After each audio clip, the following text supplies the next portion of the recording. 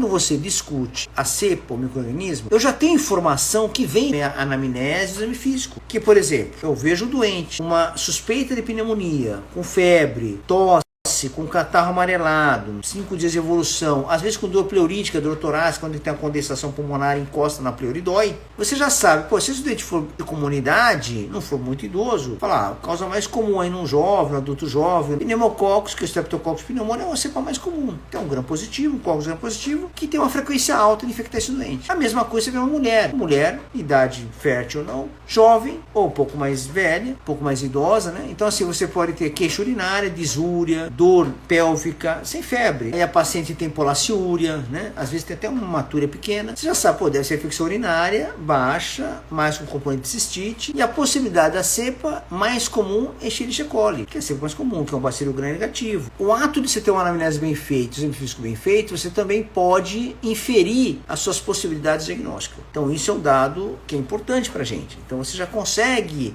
com seus dados da anamnese, exame físico, fazer essa intervenção, essa hipótese, esse raciocínio, né? E aqui você tem com a cepa a parte armada, tecnologia armada, que é a microbiologia, que é fundamental. E são nossos métodos laboratoriais de investigação do patógeno. E aqui tem uma discussão muito importante, que é uma ciência toda envolvida para poder fazer diagnóstico. Nós temos que pegar os materiais biológicos para investigar. Isso vale para sangue, vale para urina, para secreções de abscesso, fezes, secreções de orificiais, principalmente purulentas, líquor, líquido pleural, líquido acítico, líquido articular, líquido pericárdico. Então você tem diversas áreas que a gente maneja para poder investigar o micro-organismo. E esse manejo, ele tem algumas importâncias, pessoal. Na verdade, assim, o que acontece muitas vezes? Quando a gente vai investigar uma cepa, nós temos uma hipótese às vezes. E essa hipótese, muitas vezes, são bacterianas, ok? Então, estou falando de infecção urinária, pneumonia, sepse, endocardite, uma artrite séptica, osteomielite aguda, que seja, osteomielite crônica, né? Você tem uma situação muito mais bacteriana de se investigar. Agora, nós temos que tomar cuidado quando eu estou avaliando o paciente de infecção nas outras possibilidades clínicas. Porque o que acontece? Quando eu vou fazer um diagnóstico de uma criptococose disseminada, quando eu vou fazer um diagnóstico de uma histoplasmose pulmonar aguda grave, esse diagnóstico é muito difícil às vezes, porque olhar o doente e lembrar desse hipótese são centenas ou milhares de patógenos que podem estar envolvidos numa lesão pulmonar, infecção sanguínea. Então você tem que ter por hábito, isso é uma dica muito importante, todo o material biológico que você vai avaliar, pessoal, todo o material biológico, você investiga a bactéria, ok, que é básico, e na investigação você faz o exame direto dela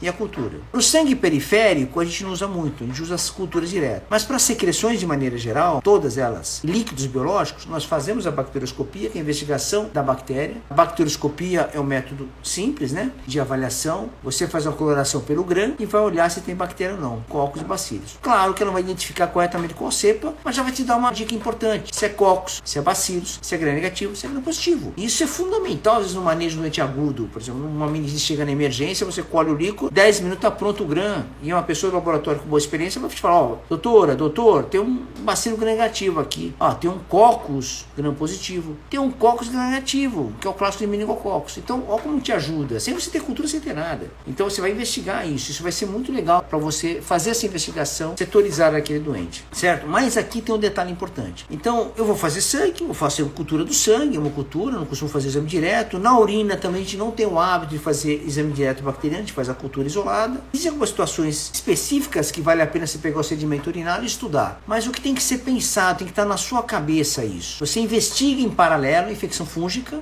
e infecção por micobactéria. Você não sabe diagnóstico. Vou dar exemplos práticos disso, pessoal. Você faz o paciente submetido a uma cirurgia, colestectomia por vídeo, passa 1, 2 semanas, começa a sair uma secreção purulenta dos orifícios da vídeo. Até prova o contrário, o colega pode olhar, a gente olhar, não, tem pus aqui, a parede está infectada, está um pouco vermelha, tem uma celulite perilesional, eu vou tratar como celulite bacteriana. E vou tratar como infecção bacteriana. Dá o antibiótico, acabou. O paciente não melhora, eu troco o esquema, o material não cresce nada, você vai investigar a sua bactéria. E às vezes esse doente pode ter infectado por uma micobactéria de crescimento rápido, e você não faz diagnóstico nunca disso. Se o nível de suspeição não for alto, vai ser difícil você lembrar. Mas se você não vai ter o nível de suspeição alto, mas você vai ter o nível de suspeição não ser alto e e você vai ter a sua rotina usando a investigação, além da bactéria, colocar de rotina a investigação para fungo e micobactéria, você pode fazer o diagnóstico. Então o que acontece muitas vezes? Eu vou colher um material de secreção por dentro da parede desse doente pós-colecistectomia, se eu fizer a bacterioscopia e cultura habitual, eu posso não chegar ao diagnóstico. Mas se eu tenho na minha mente que a minha rotina é fazer a cultura para bactéria e bacterioscopia, a pesquisa de fungo e cultura para o fungo, e pesquisa de BAR,